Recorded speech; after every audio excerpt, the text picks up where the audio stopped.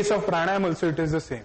He has described a few variations of it, but he has not named. Here also, in case of asanas, he has not named any particular asana that you should be doing Padmasana, you should be doing this Mayurasana or Vrukshasana or Shirshasana or any Pavan Muktasana, anything. He is not naming anything because Patanjali is a core writer and he knows how to keep the concepts very clear and gives freedom to the listener or the follower to take all the liberty to explore what he has written into his very confined sutras. So now we will be going through these basic 3 sutras.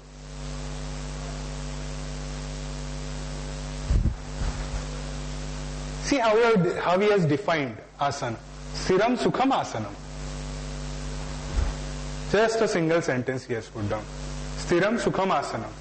So, that which is stable, stira, that which gives me stability, as well as it gives me sukha. You can say comfort, you can say happiness. Okay? So that which gives me that comfortable stability is called as a asana. So asana is what? Is a posture which must be stable as well as should give me comfort.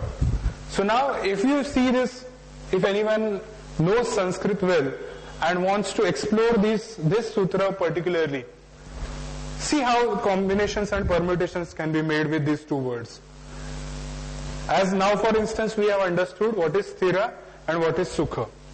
When we combine sthira sukha, what does it mean? Can anyone tell me? What is sthira sukha? Peaceful. Okay? Constant pleasure. That's excellent. See how? So that constantness is indicated by sthira. And what has to be constant? Sukha has to be constant. So if we break the words and if we make the words together, they mean a lot. They mean a lot individually also, and when they come together and they are put together, they work as adjectives to each other.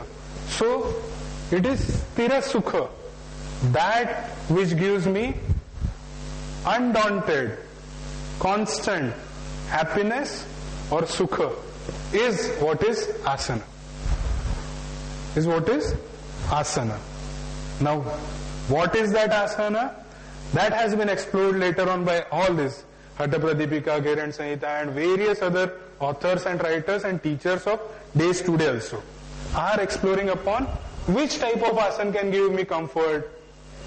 Yes. So, who has discovered all these asanas? These have been later written on by various commentators of his also. Like for instance, Gheranda Samhita gives a set of asanas. Hatha Pradipika also gives a set of asanas. And later on there have been various authors because he has spoken there in 200 BC. These Hatha Yoga, Padapadika and Gheranda Samhita, Yeah. were before Patanjali Yoga Sutra? No, after that. They have been just in this after the 15th century, 16th, 17th, 18th somewhere. Patanjali's time all these asanas were not. No, what they had made it open that if you see the names even of the asanas which have been described in the various texts since then, you will see correlations with some organisms or some, that which can be seen around. So if I am saying Tolangulasana, it has to be like a balance. If I am saying Mayurasana, I must see the peacock and then I must perform it according to him. So, discovered, that is not mentioned. There are various mentions. In each text you will find a set of asanas. In that particular asanas, who has discovered everything is there. Huh? So that way it is there. But some lecture somewhere. Yeah. When they were saying that itni yogiya hai, itne asana. Yeah. They say that it is like 84 laksha yoniyo ke 84 lakhs. Then someone has come down to 84. Then someone says only 4 asanas are enough. Then someone says only Siddhasana is also enough. So one asana is, because as I told you, the concept is what? I have to sit straight for a longer duration, stably. For that stability to be attained, for by my physics and by my mind, initially I have to do many practices. I should not be obese, I should not be having any other type of diseases, or I should be completely fit enough. So for that fitness to come into place, one performs various types of asanas, and then they have been modified and there have been versions according to the abilities of the orator as well as the crowd in front of him.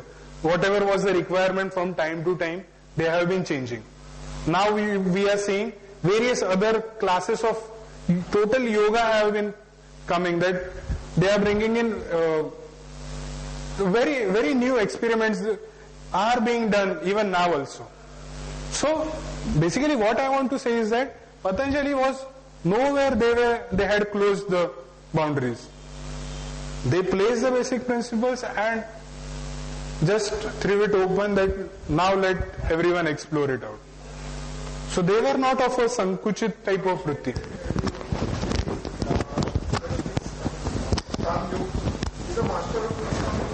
Who?